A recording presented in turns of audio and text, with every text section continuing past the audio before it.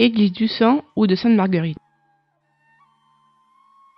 L'église du Sang n'est pas seulement un des temples les plus importants de la ville.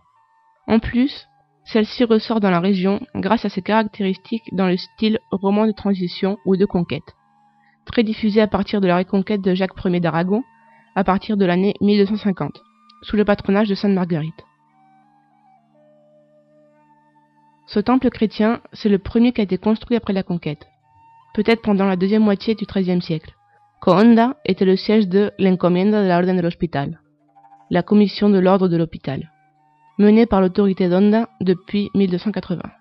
En 1305, cette église était aussi l'endroit habituel de réunion du conseil de la villa.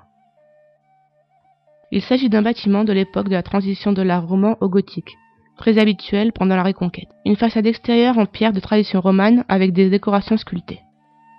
L'intérieur est sobre et simple, avec une toiture en bois. Ce style austère ne s'utilise pas que pour les objectifs religieux, mais aussi pour les actes civils.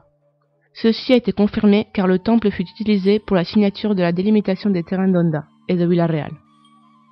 Le temple fut construit en peu de temps, compte tenu des caractéristiques de la construction, vu que la pierre a été peu travaillée dans les structures de base. À part les arcs et la porte extérieure, faite en pierre taillée, le reste du bâtiment, comme les murs, a été construit en pierre ordinaire, unie avec du mortier de calcaire. La façade extérieure, avec une frise carrée qui encadre 3 archivoltes d'arc plein cintre, est incomplète, car les jambages latéraux ont disparu. Cependant, elle possède les mêmes caractéristiques que d'autres façades valenciennes de la même époque.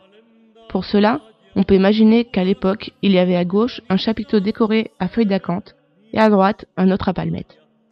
Ces motifs décoratifs végétaux ont beaucoup de rapport avec la Vierge. Les palmettes font allusion à la virginité et à la maternité de Marie, selon les chants 7 et 8, et les feuilles d'acanthe aux fruits du ventre de Marie, Christ comme espoir de salut. Marc 2,17. Quant à l'intérieur, il y a une seule nef avec 4 arcs diaphragmatiques qui supportent directement une toiture à 2 pentes, à quechomudejal, sur laquelle le bois de la charpente est décoré de motifs géométriques et de blasons héraldiques. La plupart, des familles nobles qui réalisaient des apports économiques pour la construction de l'église.